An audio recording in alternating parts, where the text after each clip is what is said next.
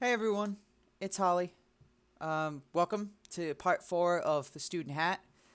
We're on page 39 out of 376, and today I think we're just going to cover the twinning bulletin.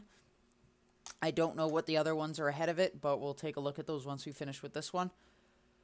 Um, there's not much to talk about, so we're just going to dive right in to the HCO bulletin of the 21st of August, 1979, called Twinning. This cancels the board technical bulletin of the 16th of March, 71, student and course morale, tough checkouts, and coaching. Cancellation of issues, canceling twinning. The following board policy letters and HCO policy letters, which canceled issues on twinning or canceled or suspended twinning itself, are now canceled, such as fast flow in training from the board policy letter 10th of October 75, cancellation of policy letter 72. HCO policy letter 31st of August 74, fast flow training reinstated, which suspended twin training or checkouts, was previously canceled and remains so. Board policy letter 18th of October 76, revision 10/9/78, urgent, important, successful training lineup, which canceled requirements of twin training or checkouts for academy, has been canceled and replaced by HCO policy letter the 25th of September 79, urgent, important, successful training lineup. There are no valid BPLs or HCOPLs now existing which cancel twinning. Twinning is the pairing up of two students training on the same subject to work together on their materials. It is a Scientology innovation in training. For years, it was used highly successfully when done correctly and as a standard action on Scientology courses. Recently, I discovered a big why behind course failures. That is that twinning as a subject in practice has become confused and fallen into misuse or fallen out completely, and one of the reasons behind that is that a number of HCOBs on twinning were canceled, and no one issue exists that covers the subject in its entirety. This HCO bulletin reinstates twinning firmly and with emphasis. It is not subject to cancellation. So, even if today they wanted to cancel this technical bulletin, they wouldn't be able to because of this other bulletin. So this is another way that they can't fuck with the tech, which leads to problems later on, obviously, if shit needs to be modified, but can't because L. Ron Hubbard said it can't. So now any modification of the tech is what is it? Oh, shoot. Out tech. It's out tech. That's all it is. It fully lays out the purpose of twinning, the basics and rules and correct use of twinning, when and how it's done, the responsibility of twins, and the responsibility of the supervisor and the handling of twinning bugs. It reestablishes mandatory twinning on all practical courses such as the TR's course, or on the practical sections of a course such as e-meter drills. It also covers twinning in some areas of theory study where it's obviously called for, such as Method 9 word clearing when done between students. Background. In 1954, we found that when you teamed up students of comparable case level and ability, then they made progress.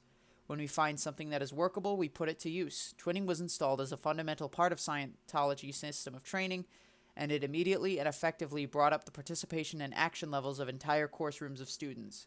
Students grasped the application of the materials faster, and it gave us results.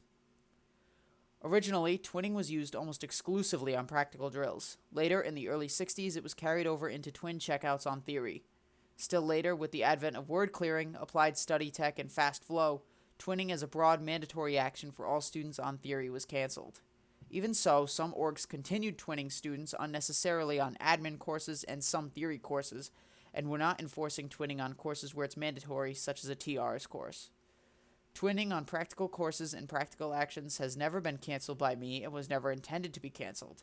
However, a line in this policy letter from the 18th of October 76, urgent, important, successful training lineup, states requirements of twin training or checkouts for academy are canceled, causing twinning to be dropped out even on practical drills in some areas and threw a confusion into the scene in other areas. The above BPL has now been canceled with a vengeance and is replaced by the HCO policy letter of the 25th of September 79. And this bulletin restores twinning to its rightful place in training as the vital tool that it is. Why twinning? One reason twinning is so vital is that it brings those people who have sunk back into their first dynamic up out of their first dynamic and onto the third. Okay, so Hubbard established 8 dynamics of existence. The first dynamic is you, yourself, anything that helps with you. Second dynamic is family and sex, and I think now it involves creativity or some shit. I'm not quite sure.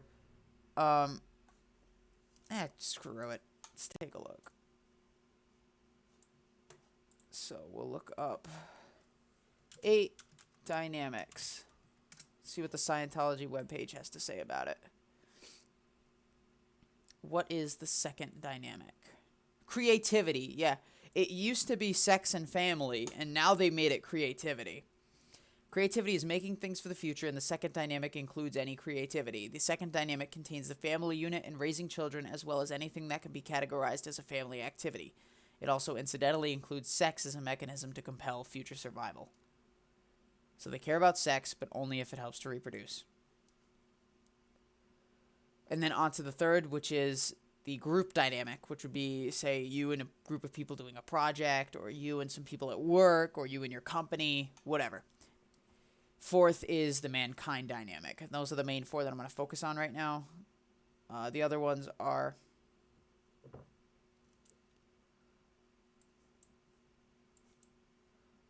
The fourth dynamic is mankind. Fifth dynamic is all life forms. Sixth is the physical universe. Seventh is the spiritual dynamic. And the 8th is the urge toward existence as infinity. It gives the student a terminal to work with. It puts students into communication, into doingness, being able to do the thing that they're learning about, and participation. One doesn't learn by being a spectator. Twinning not only gets students extroverted, but also gets them to take some responsibility for their fellow man. These are factors that are sadly lacking in modern permissive education. Twinning versus modern permissiveness. With twinning, we're cutting right across modern permissive teaching. The modern tendency is to just let everybody do as they please and put their attention on whatever they please. This is the think of the day, and it is in most basic school systems and has spread as well into many different fields. That is completely wrong. The modern tendency is to just let everybody do as they please and put their attention on whatever they please. If they did that, the world would not be functioning. Hubbard is making flat up lies as to what this all is, as to what society has us do, or what he says that society does. And somehow his shit's better. Probably someone somewhere thought it would be much quicker and easier and require much less confront to just let a student sit there permissively with his attention wandering around in the total significance of it all, and then claim he had passed the subject when he had never gone near it. It is a symptom of people who can't confront, not to make anyone else confront. Okay, I don't think we covered confronting. I believe that's a technical thing. C. For confront.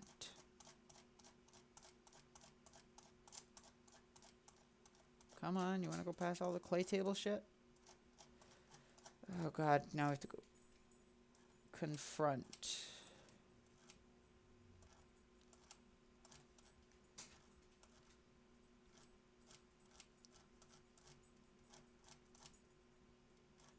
I probably could have just typed it in, but I really don't care. I'm going to scroll through for a minute. Confront. An action of being able to face. The ability to be there comfortably and perceive. Confront itself is a result of an end product. It itself isn't a doingness, it's an ability to face without flinching or avoiding. So basically, to confront somebody.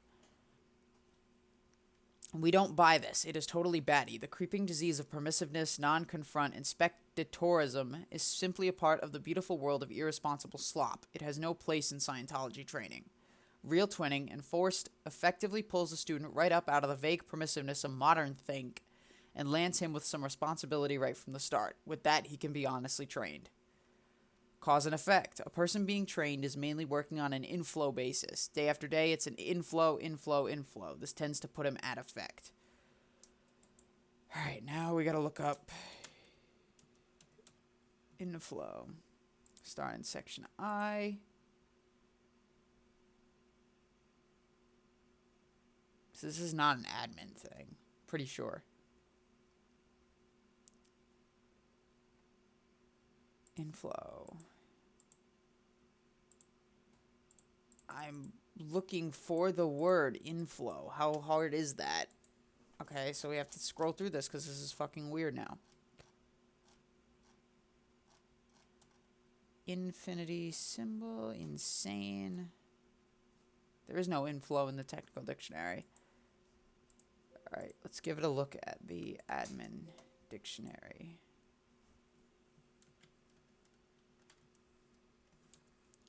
Inflow.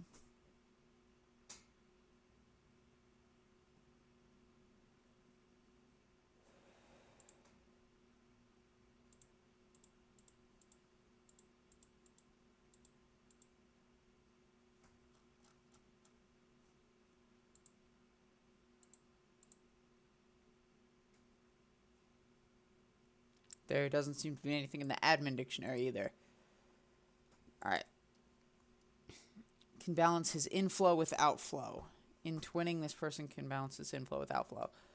It almost seems like they're referring to communication. Or gaining or giving information. Person being trained is mainly working on an inflow basis. Day after day, it's inflow, inflow, inflow.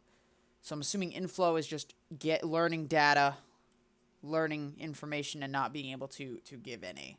Or something like that. So the person can balance his inflow, what he's getting, with outflow, what he's giving. This keeps him from going totally into effect. Okay. Now let's look for the word effect. Receipt point, and what is received at the receipt point? A potential receipt of flow.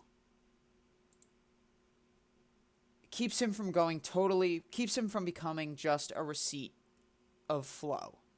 An endpoint. It puts some cause into the scene. Shit. Cause. Cause can be defined as emanation. It could be defined also for purposes of communication as source point.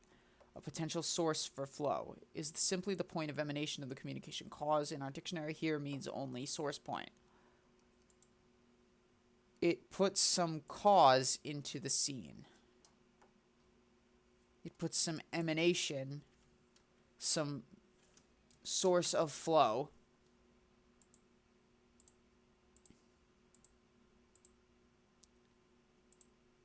Scene isn't a word here? That's fucking surprising. Okay. A person, when he's expected to apply knowledge or skills, must of course be at cause. When he's trained totally at effect, he can get into what is called a stuck flow phenomenon, whereby he can't outflow the subject. So he can't teach the subject. Yet if he's ever going to apply it, he's going to have to outflow it. Twinning has the virtue of balancing inflow and outflow. It will be found that when the person comes to apply the tech, he's already able to outflow if he was trained using twinning. When to twin. It's not necessary to twin students on admin courses, nor as a general rule on tech theory courses. You ensure the student is applying study tech and is not going past misunderstood words, and you let him get on with it. Practical and practical courses are another matter. Mandatory twinning. Twinning is mandatory on those courses where the essence of the course is to train the student in the practical application of the data. This would include the TR's course, any upper INDOC and objectives course, a specialized e-meter drills course, and courses of a similar nature. Even though such courses also include theory, the final objective of such a course is a person trained and drilled in the doingness involved, and twinning is absolutely essential for this purpose. Thus, on such a course, twins are assigned at the beginning of the course, and they remain assigned through to the completion of that course. We call it assigning twins in concrete. One does not musical chair twins once assigned, nor allow them to drift from one twin to another. The whole essence of twinning is to get two students to work together, to assist each other, and take responsibility for getting each other successfully through the course. Twinning on practical sections of courses. On certain courses containing both theory and practical, such as academy levels, you would not necessarily twin students on the theory section of the course. You would, however, definitely and mandatorily twin them on the practical sections. For example, twinning is a must on e-meter drills or such actions as assessment drilling, drilling of special rundown procedures where this is called for, learning drills, obnosis drills, and other practical applications. What the fuck is obnosis? Is that a technical thing? O equals objective. Obnosis, the observation of the obvious, the ability to look at the obvious. This is a coined, invented word meaning observing the obvious. There is no English or any other language precise equivalent for it. The observation of the obvious. Observation of the obvious drills? So you're just observing obvious things. And other practical applications. Twinning on word clearing. One always twins students where method 9 word clearings to be done between the students themselves and not by a word clearer. Similarly, method 8 word clearing is twinned on exactly the same turnabout basis as described in method 9. An example of turnabout on method 8 would be first twin clears word A, second twin then clears word A and word B. First twin then clears word B and word C, etc. You do 2 actions consecutively each time. Twins may also be assigned to get each other through other methods of word clearing in this way. Henceforth, on such courses as the primary rundown, where word clearing is the essence of the course, twinning is mandatory. Wherever twins are assigned, whether for an entire course or for practical sections of a course, the rules of twinning apply. Assigning twins. The superior is responsible for assigning twins. He should take care to team up students of comparable case level and training and abilities in as much as possible. In this way, both twins make the best progress. Twinning a very fast student with a slow student should be avoided, if possible, as it can be frustrating and upsetting to both students. This must never be used as an excuse not to twin students. However, ideally, one matches them up according to their capabilities, and twinning goes smoothly and produces best results when this is done. In some rare instances, it may be necessary to reassign twins who have been incorrectly paired, but it should not be necessary if care was taken in teaming them up correctly to begin with. Otherwise, once assigned, twins work together through to successful completion of the course or activity. Turnabout. The rule of twinning is that it's done on a turnabout basis. Turnabout is done as follows. One student coaches his twin through a drill or a section of a drill. They then turn about and the second twin does the same drill or section of that drill plus the next drill or next section of the drill. They then turn about again with the first student doing the drill his twin has just done plus the one following it. The same system applies in Method 9 or Method 8 word clearing. One twin clears a word or M9's a paragraph or section of the text. They turn about and the second twin clears the word or M9's the paragraph or section plus the following one. They turn about again with the first twin now clearing or M9ing the word or section his twin just cleared plus the one following. Turnabout is applied as well to star rate checkouts where these are called for.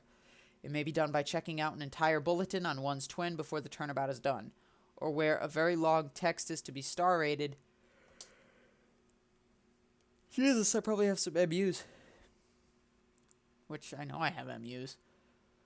The turnabout can be done after each section. With the turnabout system, one person is not constantly leading and misunderstoods are kept picked up between twins. The twins keep a pace with each other, we don't get unbalanced flows, and both are kept progressing. The twin's responsibility.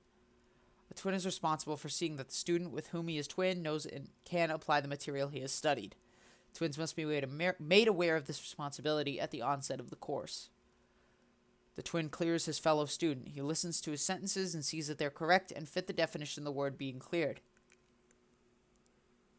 God damn, I'm tired. He makes sure his twin understands the materials. If the student doesn't know them cold, the twin helps the student find his misunderstood words and gets him through any difficulties.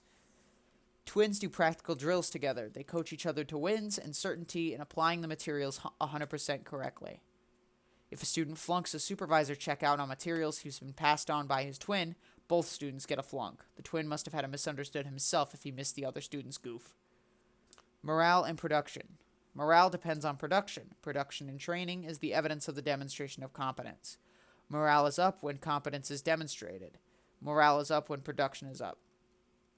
Morale isn't necessarily built by being nice. Twinning actions are carried out with good ARC, affinity reality communication, but being nice is not enough. A student getting a good stiff coaching session from his twin and passing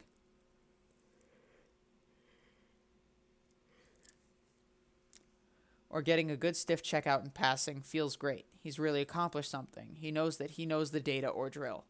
A student who gets poor or non-standard coaching or checkouts feels and knows that he's been cheated. If his twin is just being nice, he doesn't win and doesn't appreciate the checkout, and his morale will be down. One keeps his twin's morale and production high. One gives him tough standard coaching sessions so he becomes competent.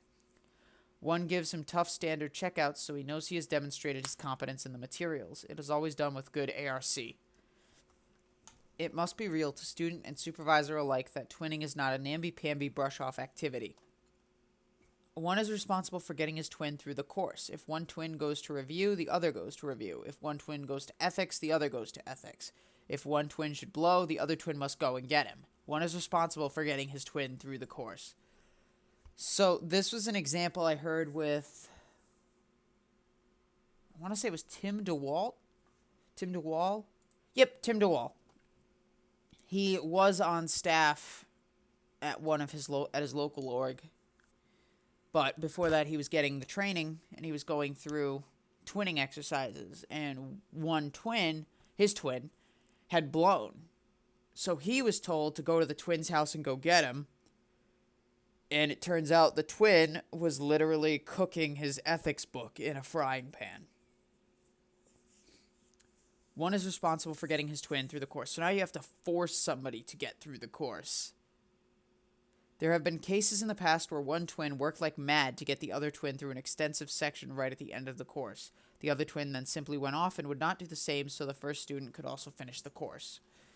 It is now firm policy that where such an instance occurs, the student who abandoned his twin just because he himself was finished may not be certified and may not be given a course completion until he has completed his twin. Twins are responsible for getting each other through the course.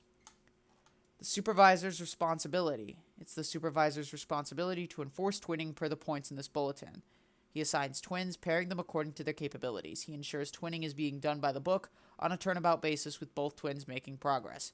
He makes sure twins are wearing their hats as twins and taking responsibility for getting each other through exactly as laid out in course materials. A double flunk is given when a student flunks a supervisor checkout on materials his twin has passed him on. Double flunk means the student and his twin are both flunked in such a case, as if the twin has missed the student's goof, he must have misunderstood the zone.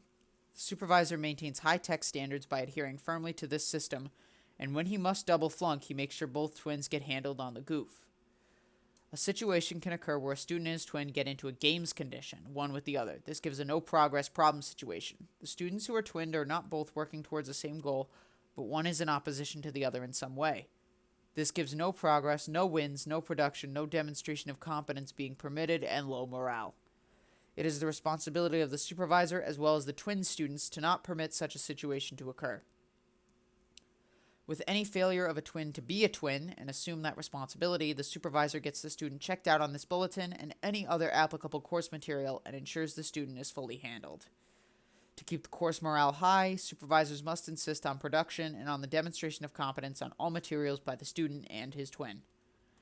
In a case where a student gets sent to review or ethics, the supervisor must uphold the rule that his twin always gets sent as well. He ensures that any blown student is recovered by his twin. In all such cases, the supervisor keeps track of his students and ensures they're handled and gotten back on course rapidly. So if you leave, they will get somebody to come and get you. They may not grab you and pull you in, but they're going to try to convince you to go back on course.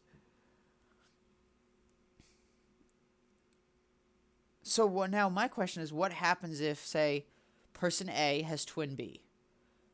Twin A, is doing the course, getting his twin B through, and twin B blows. And twin B is not coming back. Now my question is, what happens to twin A? Does he have to restart the course? Or does he find someone who's that far in the course as he is, and then they continue it together?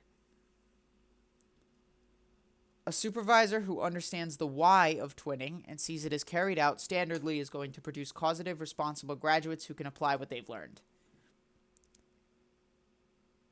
Emphasis on no verbal data. All students should be made aware from the beginning of training that the answers to their questions are in the course materials or other source references. The issues on verbal tech, such as how to defeat verbal tech and verbal tech penalties, should be well known in the course room. Even so, students, particularly when they're new, sometimes get into an exchange of verbal data or opinion while they're twinning. A supervisor must be on the alert for this and step in to handle at once when he observes it happening. He uses study tech to straighten the scene out and always refers the students to the above-mentioned HCOBs on verbal tech. Twin students, of course, bear responsibility for not spreading verbal tech, neither between themselves nor to anyone else for that matter. Okay, so apparently my mic got muted after the last sentence you just heard. And so now I have to re-record this, like 4 days later. So let's just continue. A twin always refers his fellow student to source materials. Handling bugs on twinning. The main twinning bugs which could arise are those which are encountered either on the St. Hill Special Briefing Course, earlier on the St. Hill Special Briefing Course. One twin would get sent to ethics or cramming or review, and the other one then had no twin. Thus, twinning could get to be a little bit unpopular and could block somebody from finishing the course unless these factors are handled. The remedy for this sort of thing is to send both twins to ethics, both twins to cramming, both twins to review, and if anybody blows, send his twin after him. In other words, we don't buy the idea that everybody is totally irresponsible for everybody else in this wonderful first dynamic world. This is not a mere expediency. It takes only a good straight look at the purpose and why of twinning to recognize the value of this system. Those who do recognize its value will enforce and maintain it. There's another situation which could act as a bug in twinning. What happens when one twin actually disappears from the scene totally in spite of checkouts and crammings and ethics? What do you do with the remaining twin? Unhandled, it can stop a course for a student, so handled it must be, and with no time wasted. You don't let the odd twin rattle around on his own for very long. If he's not too far advanced into the course, he can be twinned with an oncoming student. A well-run course room will always have new students enrolling. Every effort is then made to get the newcomer caught up with his twin as rapidly as possible. But what of the more advanced students who lose a twin? If there's absolutely no other single terminal to team him up with, there's still a solution far preferable to have him continue on his own. You match him up with a set of twins of comparable ability and advancement to his, and you turn that twinship into a trio. Once formed, you run that trio as tightly as you would any twinship. The turnabout system works like this, in a round-robin style. A coaches B, B coaches C coaches A, and then it reverses. This is more easily seen if it's diagrammed. A coaches B on the first action, B coaches C on the first action, C coaches A on the first action. Then it reverses. C coaches B on the second action, B coaches A on the second action, A coaches C on the second action. Go backwards for the third. A to B, B to C, C to A. And now it would reverse back again, C to B, etc., and so on through the drill, definition, or M9 section. All the rules of twinning then apply to these three. You assign the trio in concrete and you ensure they keep advancing.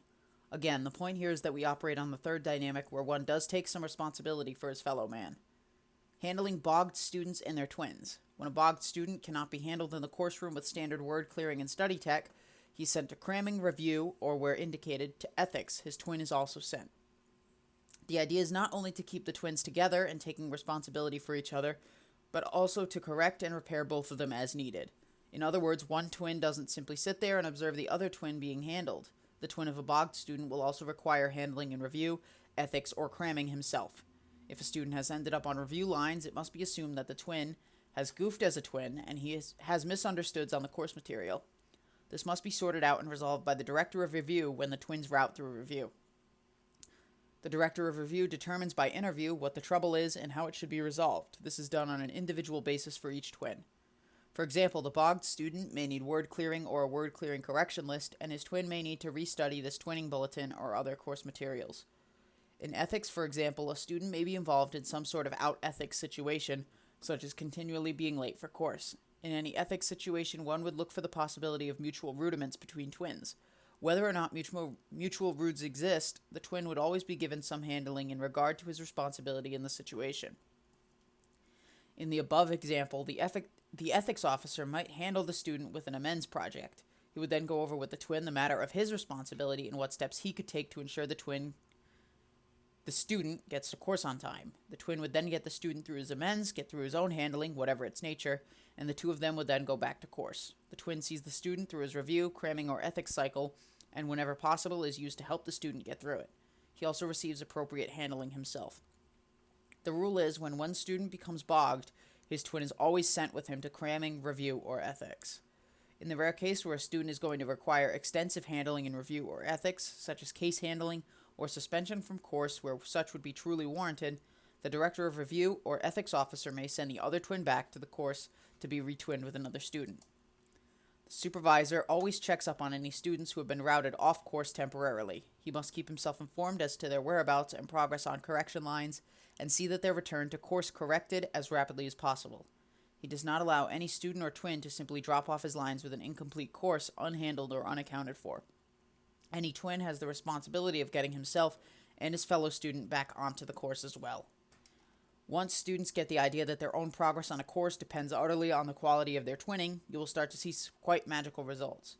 They're now out of the irresponsibility of it all and operating on the third dynamic. It simply takes standard supervision plus real twinning. That is the winning combination. So enforced twinning.